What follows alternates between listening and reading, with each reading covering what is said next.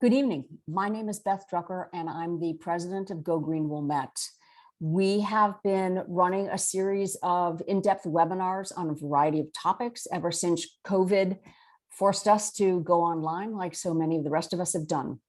The topics have all been very interesting, and all of those webinars are available to view on our YouTube channel if you just search for Go Green Wilmette. We've had lots of interesting topics like recycling, growing your own food, composting, low waste living, EV cars, and we welcome you to go to our YouTube channel and select a few to watch. But tonight we have a really interesting webinar that I've wanted to share for a very long time. This is a topic, conservation and end-of-life choices, that very few people talk about. And I have never seen a presentation on it. So we're really pleased to be able to bring this topic to this audience. And if you are interested in what you learned tonight and you'd like to share it with someone after the fact, we are recording it, and you will get an email after this webinar with the link to show you how to find the webinar. And so with that, I'd like to introduce our speakers. They will be talking about the Casper Creek Natural Cemetery, which is located in beautiful Jo Daviess County. That's located in the far northwest corner of Illinois. It's very close to the Wisconsin border. It borders the Mississippi River. And it is one of the few areas of Illinois that is beautifully rolling hills because the glaciers drifted around it and did not flatten it like they did the rest of the country. If you have never been out to the area of Jo Daviess County, it's a beautiful place, and we'll be able to see some of those in the presentation. We're going to hear first from Frances Rivoire. She has been working on this project for a couple of years, and it seems to have become one of her absolute life passions. And she's become very knowledgeable on that. So she will start out the program. Casper Creek provides end-of-life alternatives for people who want to be very mindful and conservation-oriented in their end-of-life choices. Then we will hear from Andra Olney Larson. She's been working with the Casper Creek Natural Cemetery for a year and a half, and she has become extremely knowledgeable in a field that does not have many experts. So we are really pleased to have both these women here with us tonight to share with us all they've learned about this topic. So with that, Frances.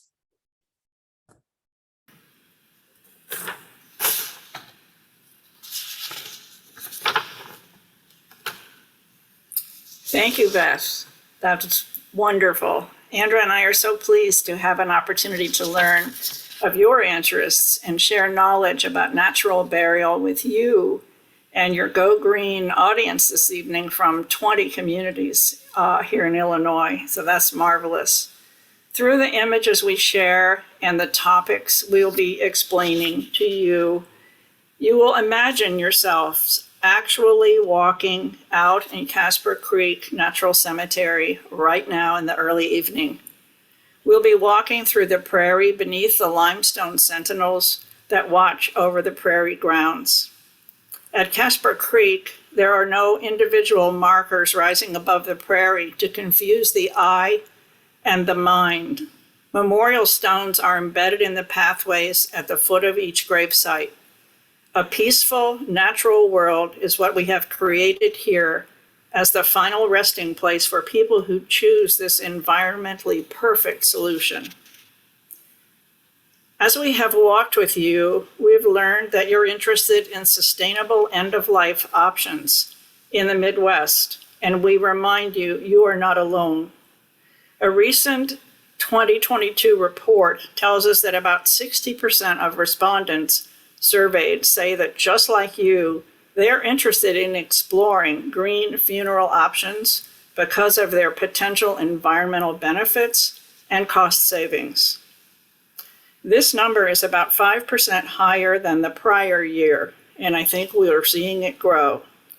Keep in mind, this is actual data gathered by the National Funeral Directors Association 2022 Consumer Awareness and Preferences Report. It is not simply anecdotal information. So in our virtual walk with you at Casper Creek this evening, Andra and I are going to provide a deeper understanding of green funeral options. By the end of our visit together, you will be able to make your own choices and provide help to others. These critical end-of-life choices can reflect your personal values right here in Illinois. And to begin with, let's have Andra tell us all about natural burial. Thank you, Francis. Natural burial has been practiced by most folks on Earth for most of time.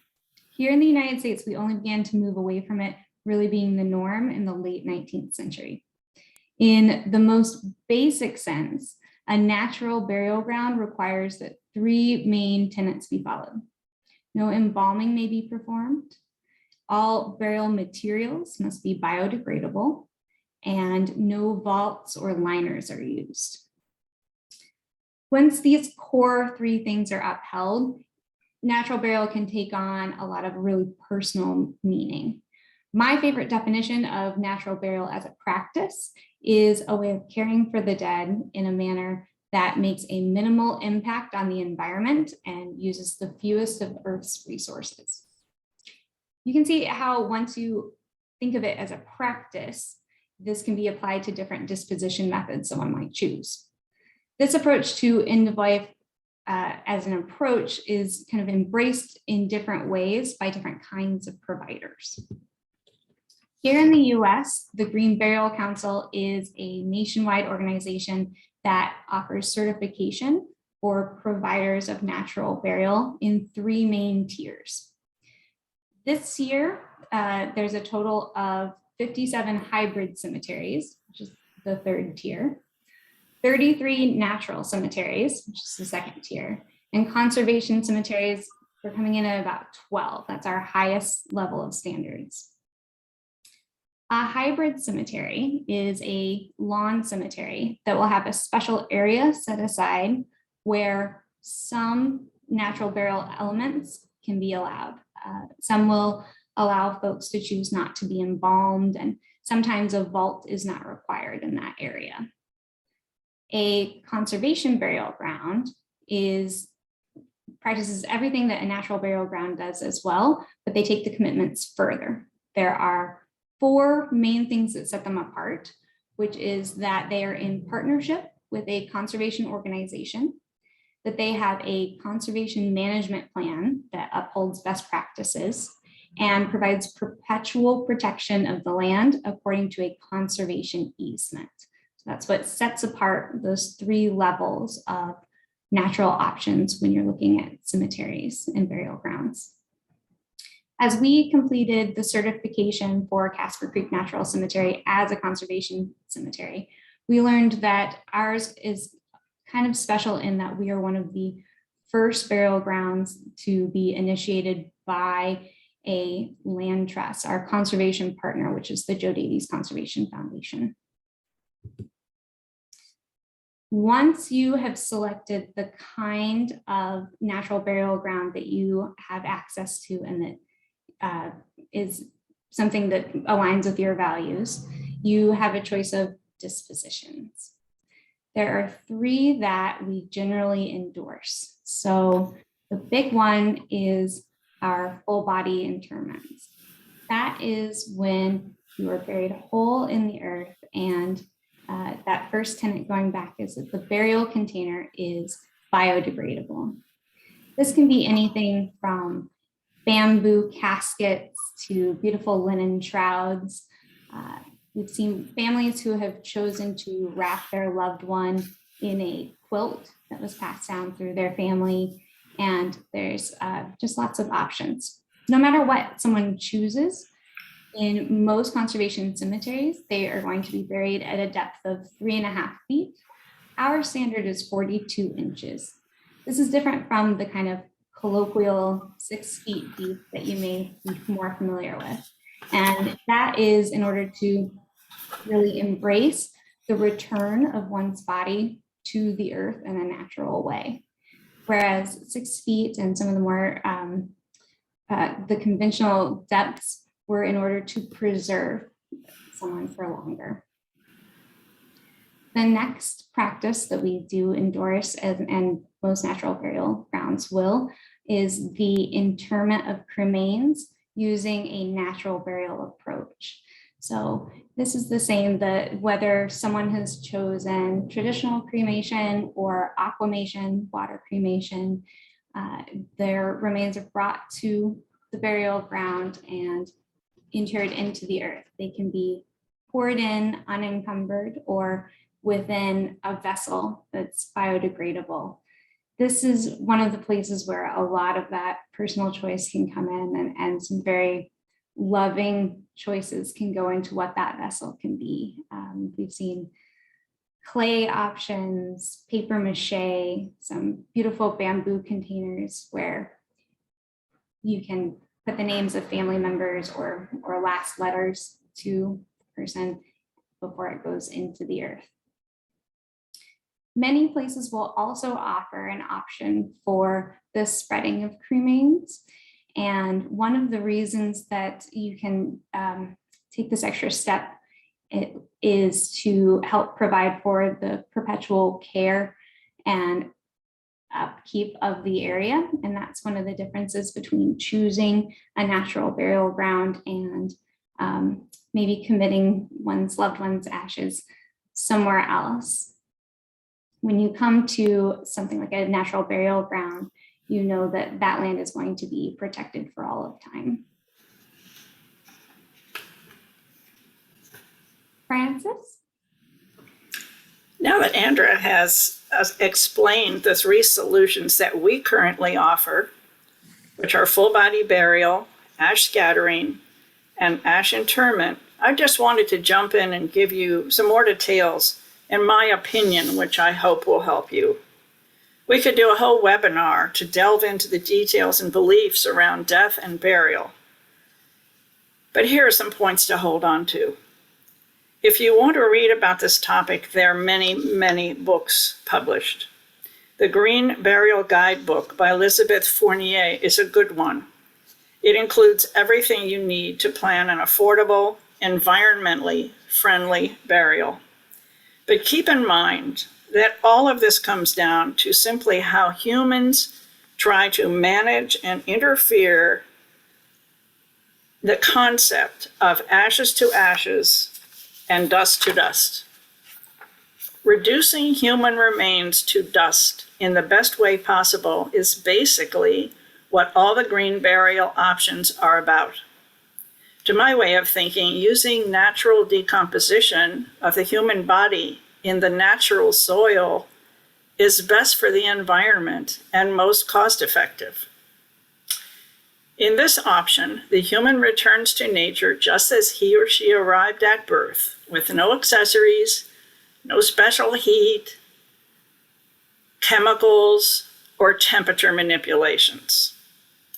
All other options we will look at use either processing, heat, chemicals, or freezing to hasten the return of the human body to tiny fragments. To my personal way of thinking, these are still gimmicks our culture has developed to keep us humans as far away as possible from the fact that another human has died. As I speak to you today, you will see how I fail to see how most of those gimmicks make any sense at all. In practice, in other cultures and years ago, the process of dying and death was a part of the fabric of life and was treated accordingly. Our culture has developed a hands-off approach to death, and this approach does not support us very well in the transition and the natural grieving process. Our culture hijacks our thinking and takes us over to superfluous matters when it comes to burial. All the a la carte options confuse us with so many choices, we forget what we were trying to do, which is to bury our loved one in the manner most beneficial to the earth and to us, our family, and friends.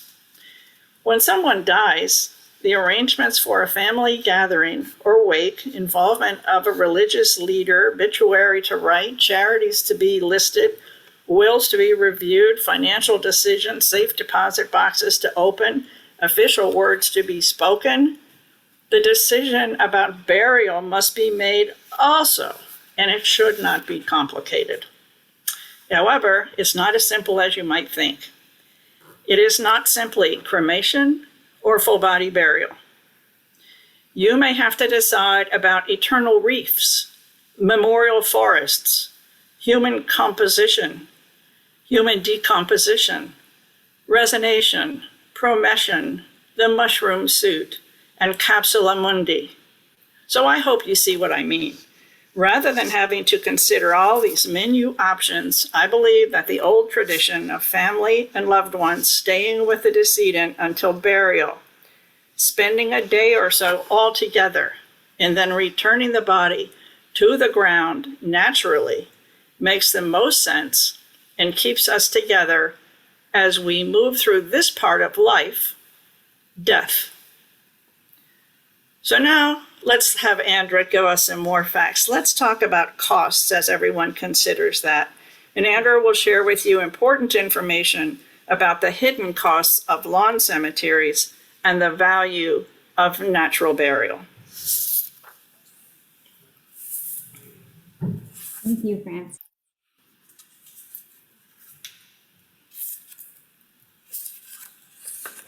All right, thank you, Frances.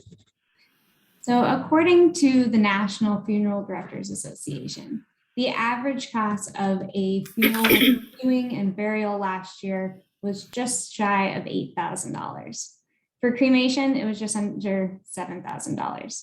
And I bring this up because, as I've shown here on the screen, these are three of the biggest components of cost when you are making funeral arrangements for your loved one. Here you can see that embalming alone can take up to $700. The burial liner can be up to $1,400, and vaults can be up to $4,000. Both the burial liner and a burial vault are concrete enclosures, and their main purpose, the main reason that they are used, is for lawn maintenance. In natural burial, the natural landscape will change, and so will the grave site. And because in traditional conventional lawn cemeteries, they want everything very, very flat so that mowers can go over it, these expensive, large concrete containers are put into the ground every day. In a natural burial ground, not only are these things not required, they are actively not allowed, which is just one way that natural burial is helps families to overcome both the financial and environmental costs of traditional burial.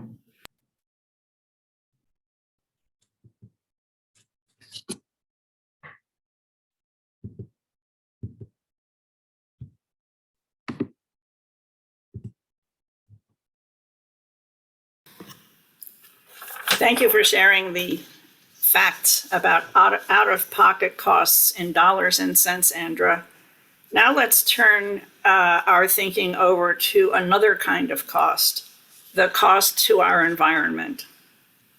We're keeping in mind that making the decision for conservation burial is the last opportunity each of us has for making a personal, meaningful, and environmentally friendly choice that reflects a lifetime of values and protects the landscape for the future. Consider carbon. Note that traditional burial produces 250 pounds of carbon, whereas green burial sequesters 25 pounds of carbon. This data comes from the Green Burial Council and is from a report professionally provided to the Green Burial Council by Sam Barr, an authority in the field.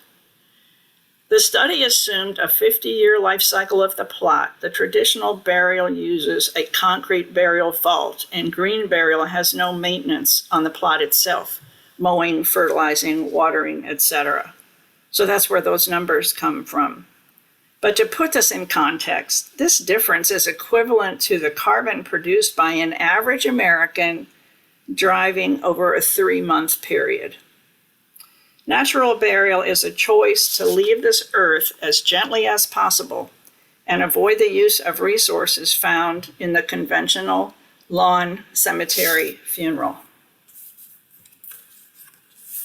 This slide has some pretty impactful numbers looking at the environmental cost of conventional burial. All of these resources are used in American lawn cemeteries each year. What these things mean, this is enough concrete, wood, and metal to build the Golden Gate Bridge every year, and it's buried. It's estimated about 90,000 homes could be built with the amount of wood alone used in conventional caskets every year. One of the most important parts of natural burial is believing that we can empower folks to make a choice about their lasting footprint on this earth with their last act.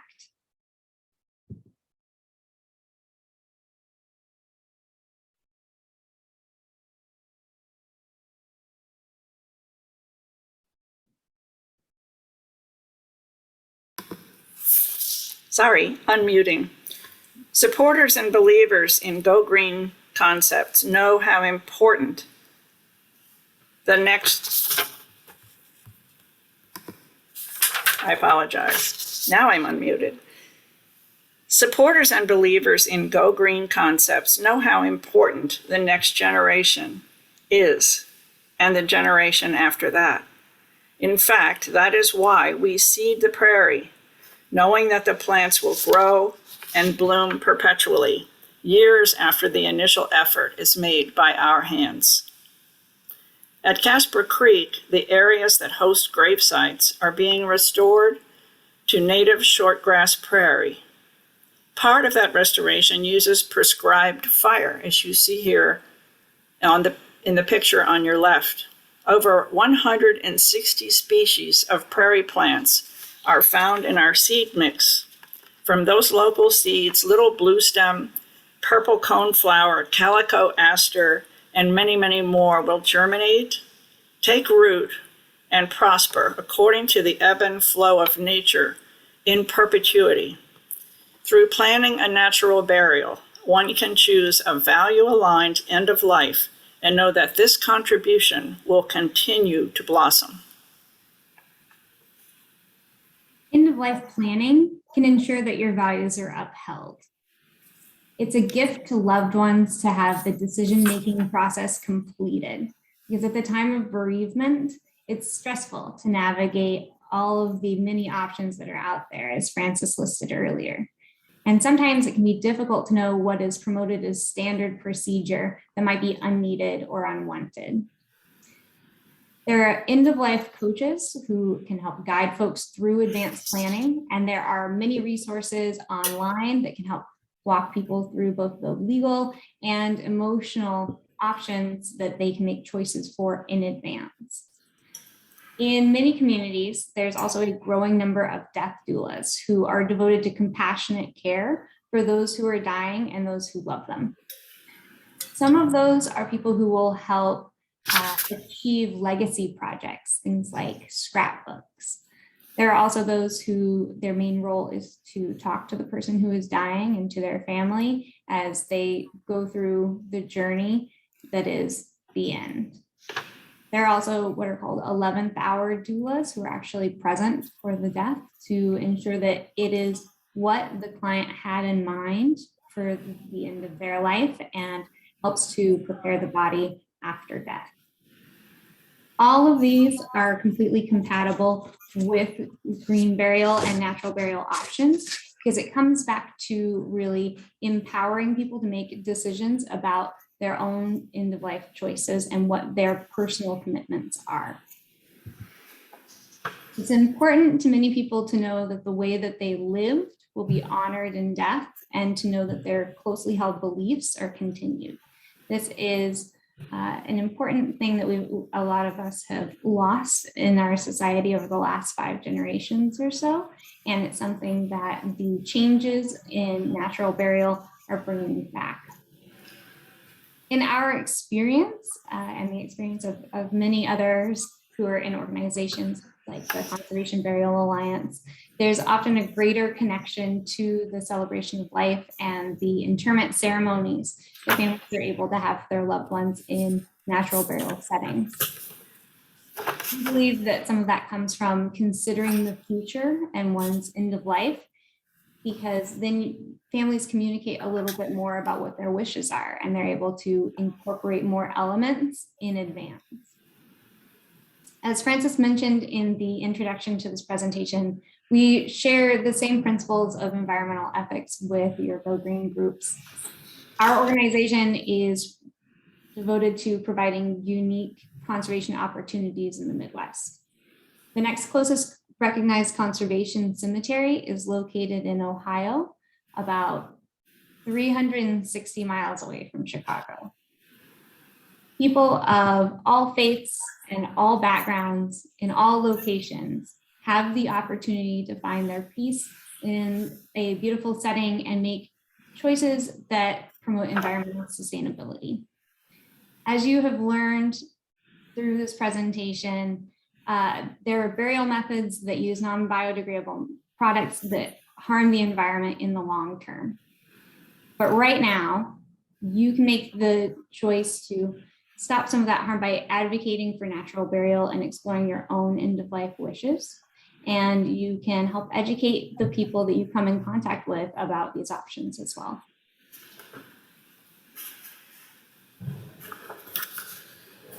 When a person passes away, immediate friends and family are often overtaken by grief.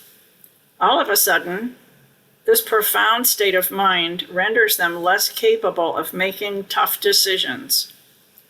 So right now, you can help your friends and family cope with the decisions they will have to make after your death by making all your arrangements now and simply writing them down.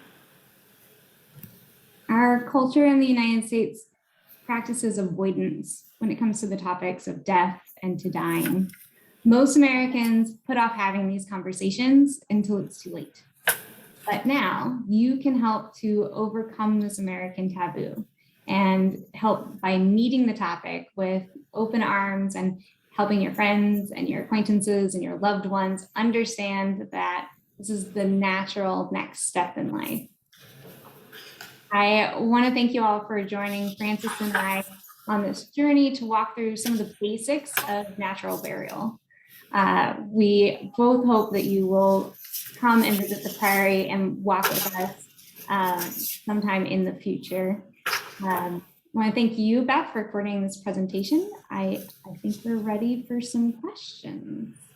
Okay, great. Thank you so much, Frances and Andra. I know that you could have done a presentation 3 times as long. There is so much interesting in this topic, but we're going to get to some questions. And so we encourage all of you to continue to put questions in the Q&A, and we will keep answering them as long as your questions keep coming. The first question, someone wanted to know what was the name of the certification organization that you mentioned at the very, very beginning of the presentation. Yes, so that is the Green Burial Council, and their website is a really, really incredible resource for learning more about green burial across the country. Everything from really the scientific side to what the historical practices are to what we can look forward to in the future. And do they have a website that people could go to learn more about? They do, and it is an easy one. It is greenburialcouncil.org. Okay, great. Thank you. So someone wants to know, how long do you wait before you bury another body in the same spot, or do you? That is an excellent question. So the way that our particular model works, that gravesite will only be used one time. And when you complete a contract for that space, you receive a right of access to it in perpetuity. Because we have not just one, but two conservation easements that actually overlap on our property. That land is protected, and we don't anticipate needing to use this space again, although some places do. Okay. Someone wants to know if someone is, it looks like someone's having some second thoughts here. If someone has already been buried in the currently traditional manner, embalmed and had the works, is there any possibility of a do-over, or could you actually place them at a natural cemetery once they've been buried conventionally? That's a really interesting question. I can tell you that from the framework of our rules and regulations, which guide all of our practices, because the person was embalmed, I don't know that would fit into our rules and regulations.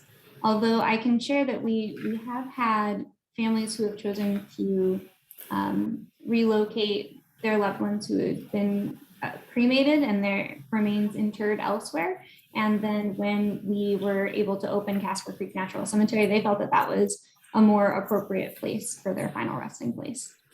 Okay, so if you have had a body has been conventionally cremated, they can be interred in Casper Creek? That is correct. So at Casper Creek, we do allow for the interment of cremains, and it is in the same beautiful space as where full bodies are interred. Okay. Could you help us understand the difference between water cremation, which you mentioned, and conventional cremation, please? I can share a little bit about this.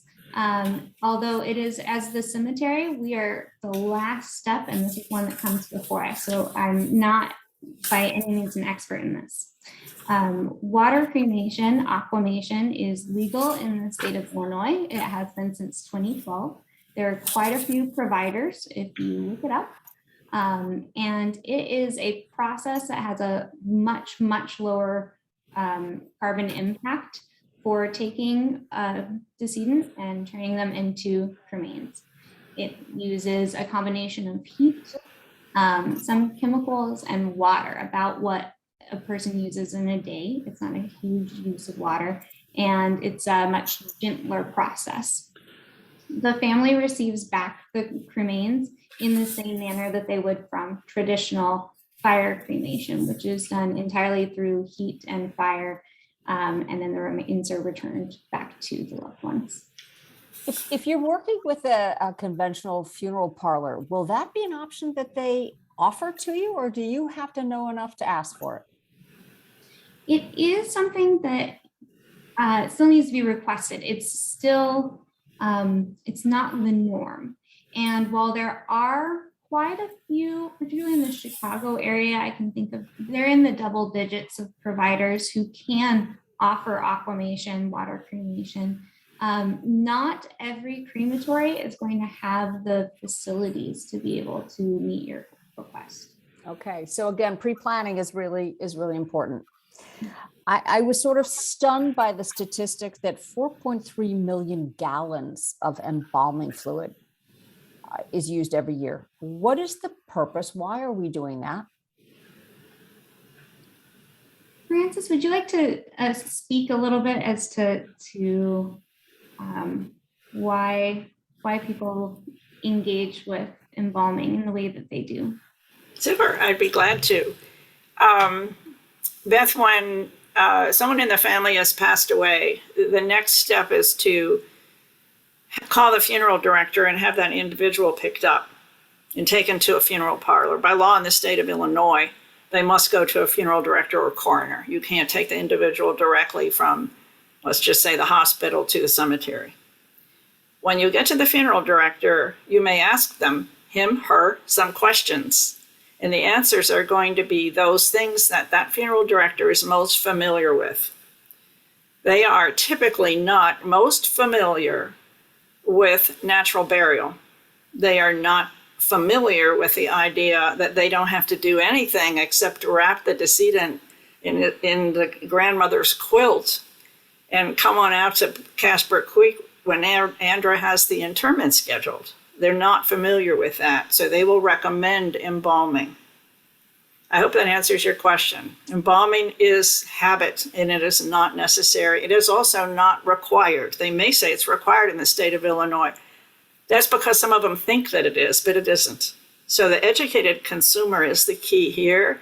And that's what you're doing with the seminars, helping people be educated. So when they go to the funeral director, which they must do, they have some intelligent questions to ask while they are in grief and having a lot of concerns about what the next steps truly are. This will help them stay on track. And it is hard to make your desires known and to stand up for them when a funeral director has been doing this differently and they're the experts. And I know in my own case, we got talked out of doing some things that we thought we wanted to do because he said, no, we don't do it that way. This is what you want to do. And it was it was all these choices that didn't have to be made that we ended up saying, oh, okay, and then paying for and had the environmental impact that we didn't intend to have. Okay, so you touched on this. Someone wanted to know whether you have to engage an undertaker to transport the body to Galena. A lot of this has to do with state law. So if you could explain that to us a little bit, that'd be great. And even if it's someone not in Illinois, say they're in Iowa or Ohio, maybe you could touch on that as well, whichever one of you wants to take that question. Absolutely. So the state of Illinois has lots and lots of requirements that are all intended to protect the consumer. Some of those include that a licensed funeral director, and that is a funeral director licensed in the state of Illinois, must transport the decedent and be with them every step of the way until the interment. So when we are talking to people who are planning for their own futures or for that of a loved one, one of the first steps is to go ahead and find a funeral director that you trust, that you connect with, and knowing that that's still going to be part of your story. There are many states where it is possible for a family to have their entire home funeral and do the transportation themselves, but it's not in our state. Okay. So someone else wants to know, it's very cold out in Jo Daviess County, colder than here in Chicago. And are you able to do burials year round? We are. And this winter was our first time being able to put that into practice. And we had quite a few burials that did take place during the freezing temperatures. And we were able to really learn more about our earth and what it means to return someone to the earth. It's a little bit frozen. And what we have learned is that it's absolutely possible, and that it's a fitting goodbye no matter what the weather is. Okay, great. Next question is an interesting one. Do you work with Jewish burial societies, Chevra Kadisha? We have been wanting to extend an invitation and welcome our Jewish folks to interact with us more. We did open, Casper Creek Natural Cemetery opened 1 year ago this February, and it's been a really interesting year because we couldn't meet with people in person quite as much as we maybe would have before. I'm sure you can all guess why that is. So as we get into this year, that's part of why we are doing outreach like this and being able to get in touch with more societies and with those whose values align with ours and to whom we can provide a service. Okay, so Karen Glenmeyer asks a question. A lot of us have loved ones that don't live in the Chicago area. So she wants to know, where could we find a list of conservation burial grounds in the US?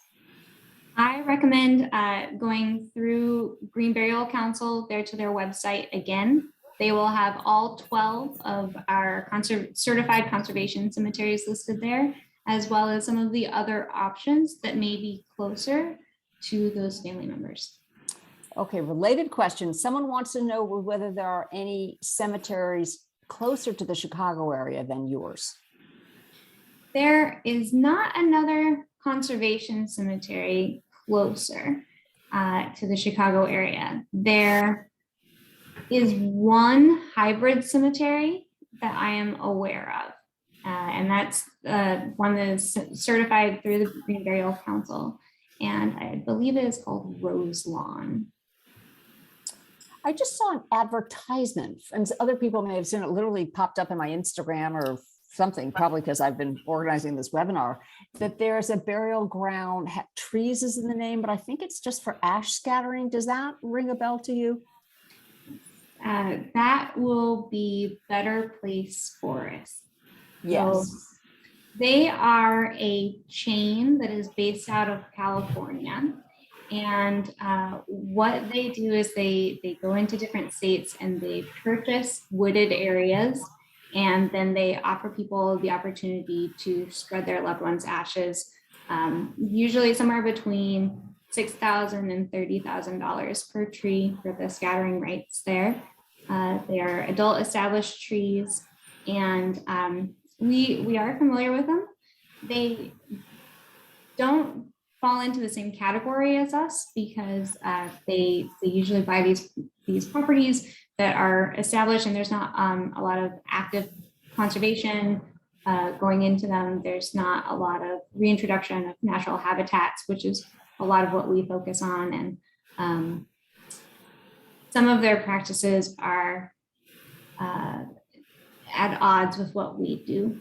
And we are very, very proud to be locally operated, and most conservation cemeteries and conservation-minded cemeteries will be as well, and really be part of the community rather than an outside entity coming in. Okay. If you have a loved one buried in the Casper Creek Natural Cemetery, are there nice places could you go for a walk or go have a picnic if you were coming back to visit the grave?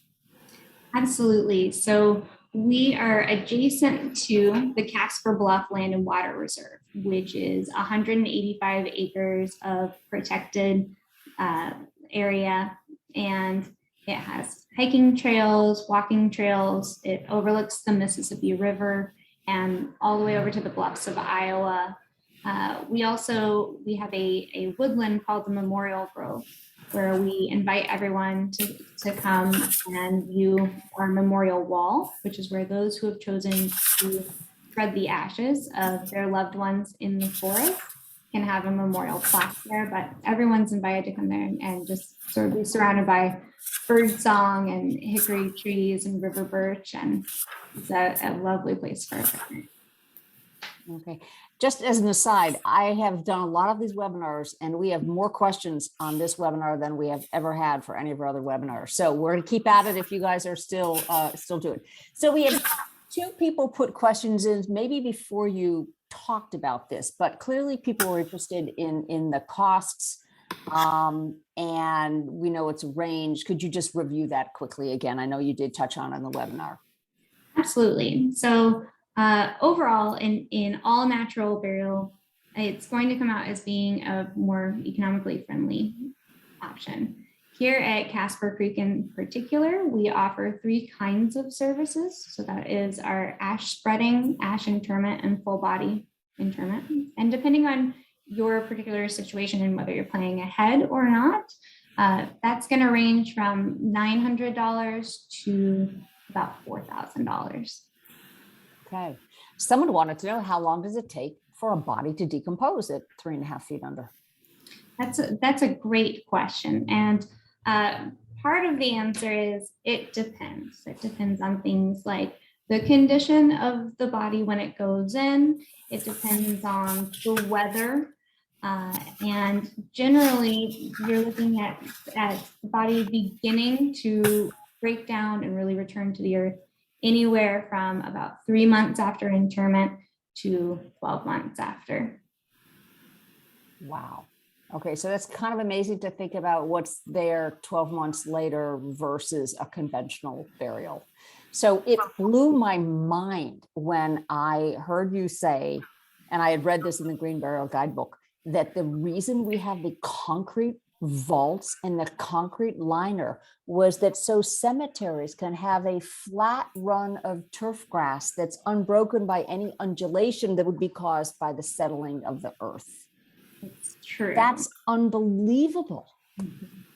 And many lawn cemeteries actively require them. And that's something that just gets tacked on there and can be a surprise. As I showed in the slide, those can range up to $4,000, and that's their purpose, is so that so a mower can go over them. And it's something I am glad that we issue. Wow, that is something that I think everyone is going to remember from this webinar, that $4,000 is so that the grave stays flat and there's no undulation. Okay, so someone wants to know, how would a body be transported from Chicago to your burial site? So it is something that folks have done. Usually, and it's one of the reasons that I am so glad to have the expertise and engagement with funeral directors, because they have the knowledge and know-how and equipment to do so. Because no embalming is performed, there's different kinds of cooling techniques that they'll use just for the transportation, and some of those are as simple as ice packs, and the body will stay intact, stay ready, and they drive them right over, and the family comes separately and prepares for your celebration of life. Is anyone allowed to be in that vehicle as it transports the body, a family member? I don't know. I think that is outside of my expertise, and something that the funeral director would know. Also, knowing more about what their technology allows for. Mm-hmm. Okay, so someone wants to know, is it a similar process as in a conventional cemetery, in that you would reserve a burial plot perhaps far in advance of your death or a loved one's death? How do you handle that? Yes, so we are licensed by the state of Illinois to take care of both at-need situations, which is when bereavement occurs, and pre-need, which is planning in advance. And so with either of those, we have sections that are open. Here in the beautiful photo that you can see here on the screen, you can see that those the areas of prairie that are marked out into kind of rectangles, that's where our grave sites are. And the first choice that someone makes and what kind of initiates our contract process is choosing a location. Each of our grave sites is 5 feet wide by 10 feet in length, which is quite large. It's larger than a conventional cemetery. And part of the reason for that is because we do have active prairie restoration going on. And so that way, more spatial area means that more of the prairie can take root and recover at the same time. So I like to invite people out to visit in person if they can, if they're able, and help choose that spot. And people like to choose their space for a multitude of reasons. Sometimes they enjoy the native trees that are planted closest to it, or they are thinking about who may visit them after they're gone, and whether they want them to have a little bit more of a hike involved or not, things like that.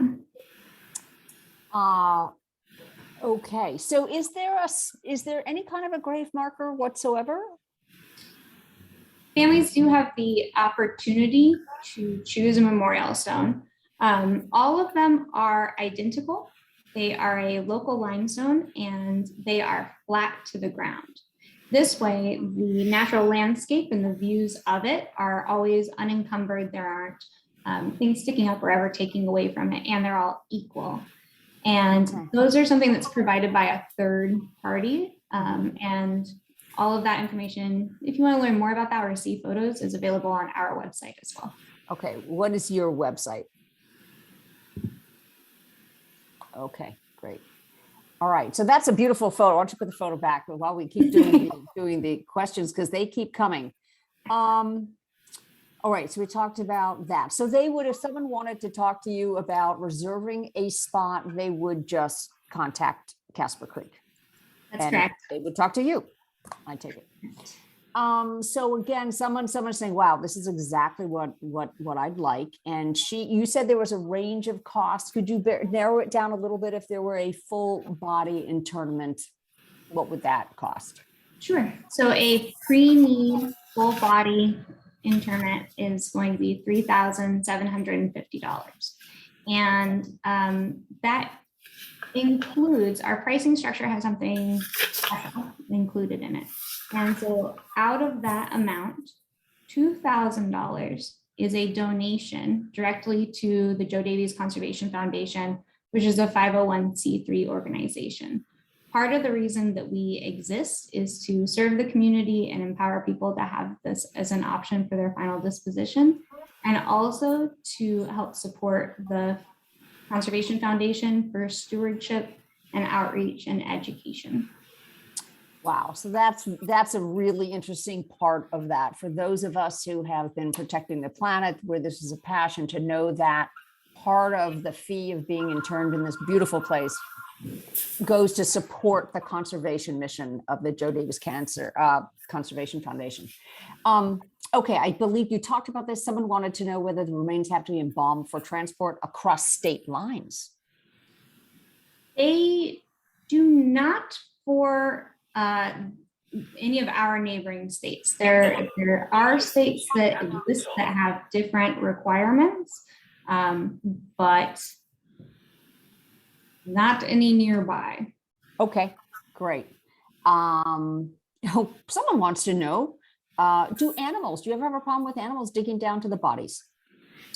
That is a great question, and it's usually the first question I get. And the answer is no. There is a specific depth. It is 18 inches, and anything below that depth will not be disturbed by animals, either wild or domestic. I know that this is it's a common question, and it's a reasonable one. Okay. And I believe someone wants to know how they can find out more about Casper Creek. You talked about the website, or just Google it. You can do that. Just so you know, this is about 10 minutes away from Galena. So Galena is a beautiful destination. If you want to take a weekend out there and visit this beautiful spot, you could simply go hike at the Casper Creek bluffs, and you will see the natural cemetery on the way in. But if someone was coming out for the weekend, and they wanted to see this specifically and maybe have a brief tour, is that possible? Yes. So we do have public tours that are always scheduled at 10 a.m. on the second Saturday of the month. And if it fits into your schedule to visit a different time, you can contact us either by phone or email, and we can look at meeting you one-on-one. Okay, 10 a.m. on the second Saturday of every month. Mm-hmm. Interesting. Okay. So someone wants to know, how quickly do you need to conduct a full body burial after death? That is really going to be, there's more flexibility there than I was aware of when I first started this job. And when you're working with a funeral director, some of the things that they have at in their facilities are options for refrigeration that can keep a body in great condition for quite a while, depending on the health and condition of the body when it gets there. Okay. So that can be up to a week or so. It depends, but it doesn't have to be immediate, which I think is sort of the gut reaction of most of us when we first consider it. Right. So the body can be chilled and does not have to be embalmed. Correct. To be kept up possibly for a week. Okay. And how far in advance may you reserve burial sites at Casper Creek? I'm taking them for several hundred years in advance, however long your life may be. Okay. Someone mentioned there is a facility in Cary called Windbridge. Don't know about that. Do you know anything about that one? I have heard of it previously, and I believe it's not certified as a natural burial ground, although it has some really beautiful natural elements. So I'm not as familiar with it because they don't work with the Green Burial Council.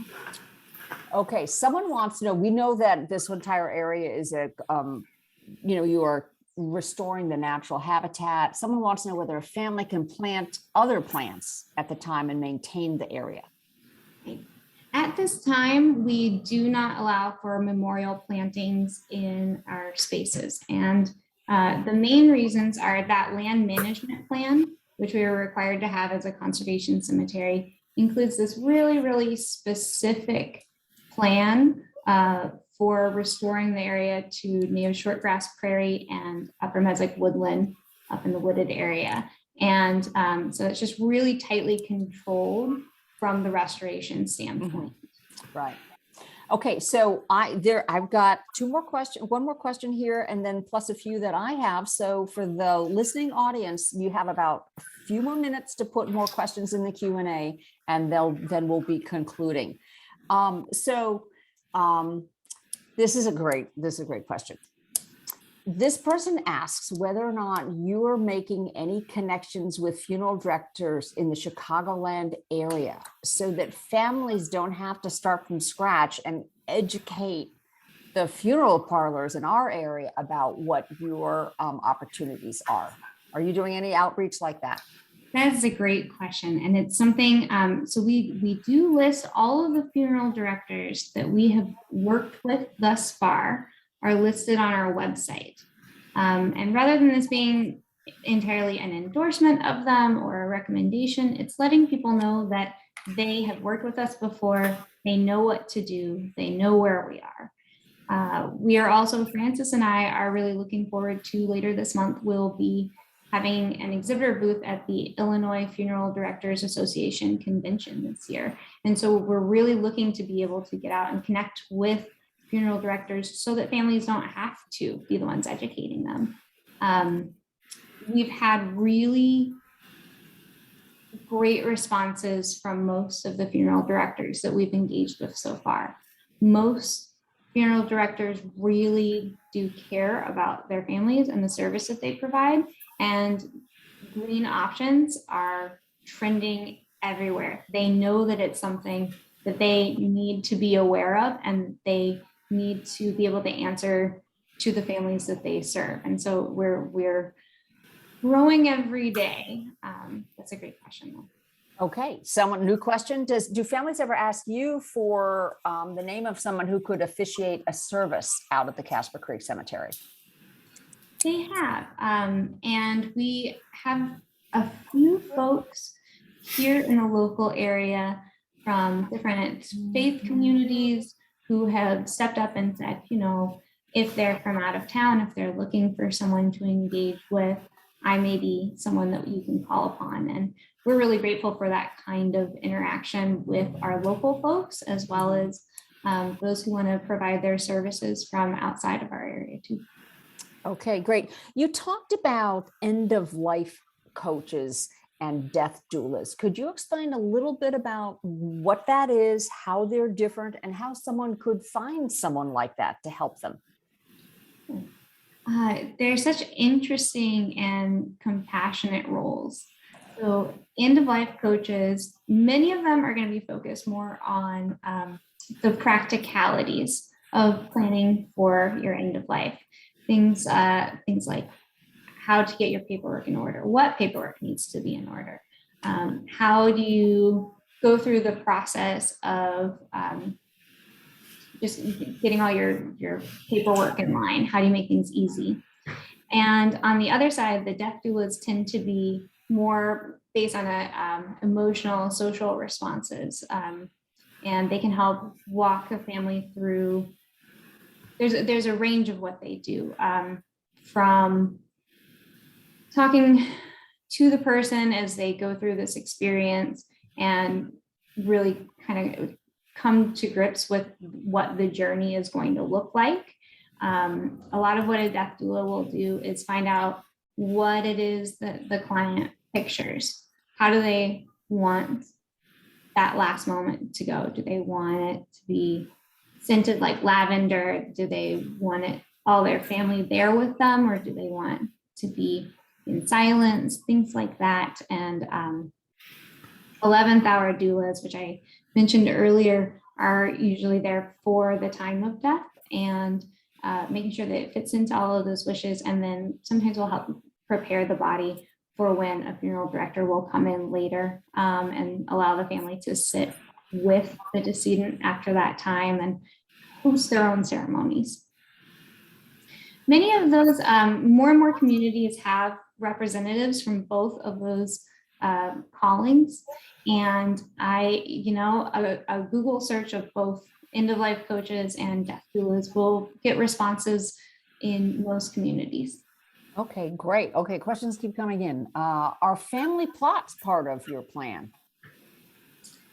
Not at this time, in that because we do have pre-need arrangements, it's possible for an individual or a family to buy multiple grave sites in advance and use that as the family plot, although we don't sell them in packages of sorts at this time. Okay. All right. We're going to ask one more question. What are the practical steps we need to go through to plan for natural burial in advance? Should we start by making arrangements with a natural cemetery and then work the funeral home? Or do we start with the funeral director? My recommendation, and this may be different. I know that we had people representing so many different communities and so many different locations. So this could be different for those outside of the Chicagoland area, but my recommendation would be to start with the natural burial ground or conservation cemetery where you would like to be. Start with the location, and then when you do reach out to a funeral director or a funeral home, you want to start with someone who's close by to you in your locale, so that then you can decide what that transportation needs to look like. That would be my approach. Okay. So one last question. How do you start this conversation with someone who's older, where this is still a taboo subject? This is easy if you're making arrangements for yourself and you know what you want. How do we start this conversation with older loved ones? Gosh, that's a good question. Francis, do you have any insight into how to start this conversation? Yeah, I think it's definitely important, Beth, for the individual to listen to the older person's wishes. Once those have been heard, you then develop the approach that you would take. If they don't care what happens and they don't want to leave their children with any instructions or anything for that matter, then the conversation is probably not going to happen. But if they do want to leave things, the expression, have your affairs in order, if they do want things in order, if they do want their family to carry out their wishes, that if they say they really want that, you can say, well, let's talk about what those are and let the person explain those things. I suspect it's probably hard to educate a very, very elderly person to the benefits of natural burial versus traditional, because they know about the traditional ones and they're just not going to understand it.